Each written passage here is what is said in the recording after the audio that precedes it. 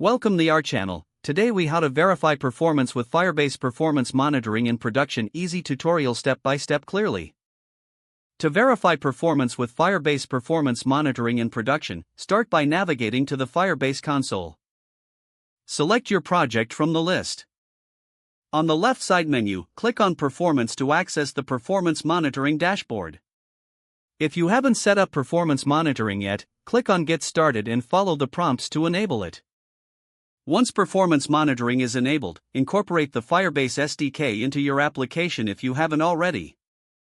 Ensure that you have the latest version of the Firebase SDK for optimal performance.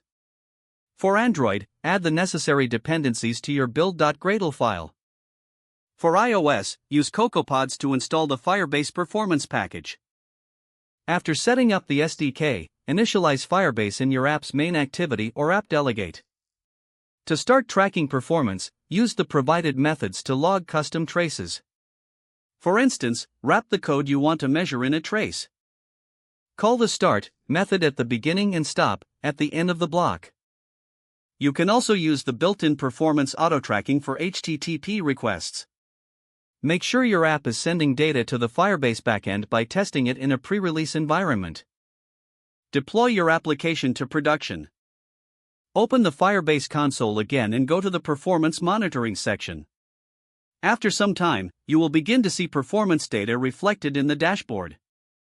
Analyze metrics such as response times, app start times, and network request performance.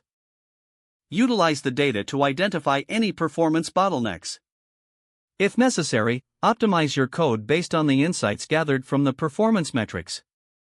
Consider setting up alerts for certain performance thresholds to stay informed about any issues in real time. Regularly check the performance monitoring dashboard to ensure your app is running smoothly. If the page does not load, refresh the browser or try again in a private or incognito window. Make sure you are using the correct email address, then retype it carefully to avoid small typos.